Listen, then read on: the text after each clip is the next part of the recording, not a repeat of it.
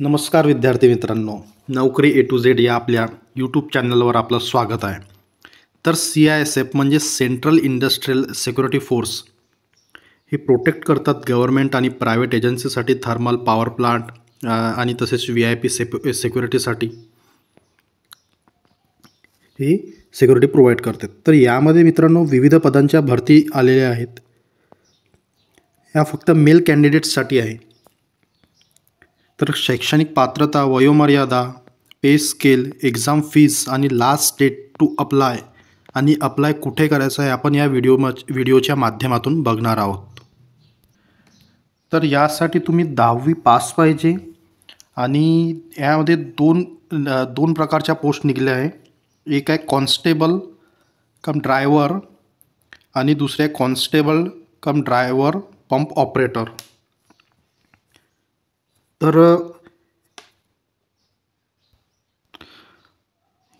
पहिल्या पदासाठी कॉन्स्टेबल कम ड्रायव्हरसाठी 845 आणि दुसऱ्या क्रमांकाच्या पदासाठी कॉन्स्टेबल कम ड्रायव्हर कम पंप ऑपरेटर यासाठी 289 आणि एकूण 1124 जागा निघालेल्या आहेत.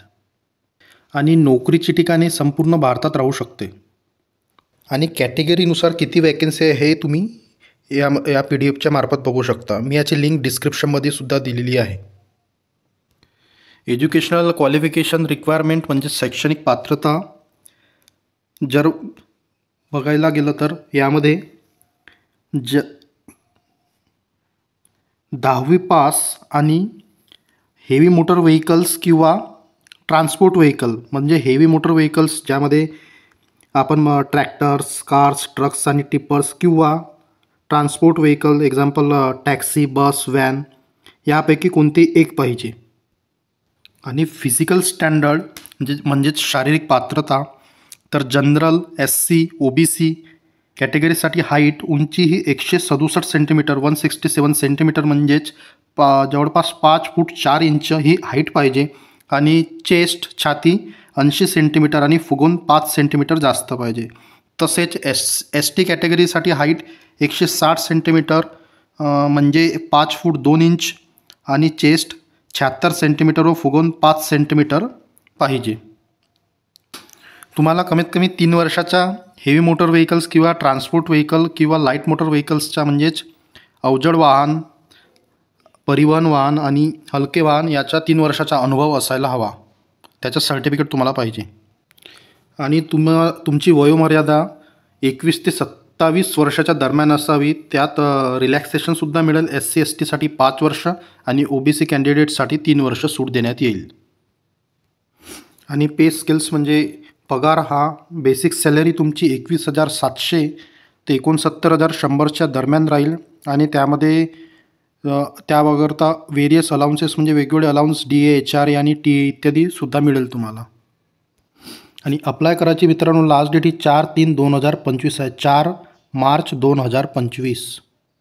तुम्हाला अप्लाय ऑनलाईन करायचं आहे. यांच्या ऑफिशियल वेबसाईटवर CISFच्या CISFRECTT.CISF.gov.in या वेबसाईटवर याची लिंक मी डिस्क्रिप्शनमध्ये दिलेली आहे.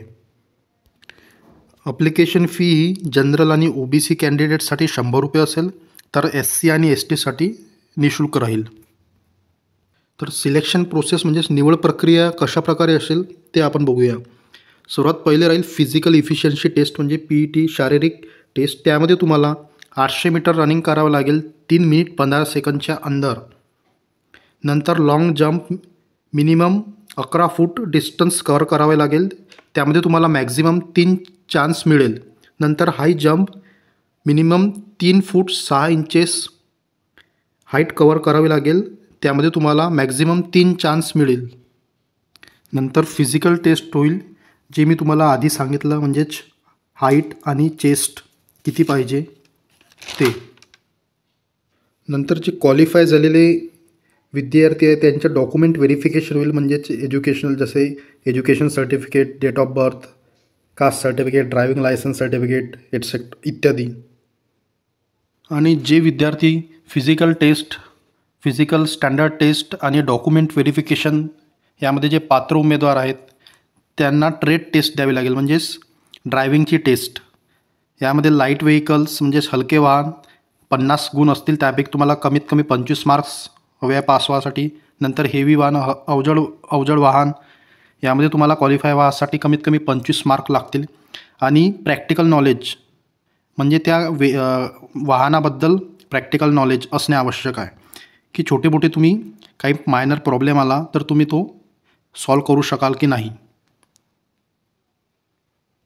आणि त्यामधून क्वालिफाय झालेले विद्यार्थी हे रिटन एक्झामिनेशन म्हणजेच लेखी परीक्षा देतील. लेखी परीक्षा ही OMR शीट म्हणजे ऑप्टिक मार्कशीट किंवा CBT कम्प्युटर बेस्ड टेस्ट या दोघांपैकी कशावरही होऊ शकते. आणि पेपर हा इंग्लिश किंवा हिंदीमध्ये राहील आणि यामध्ये निगेटिव्ह मार्किंग नसेल.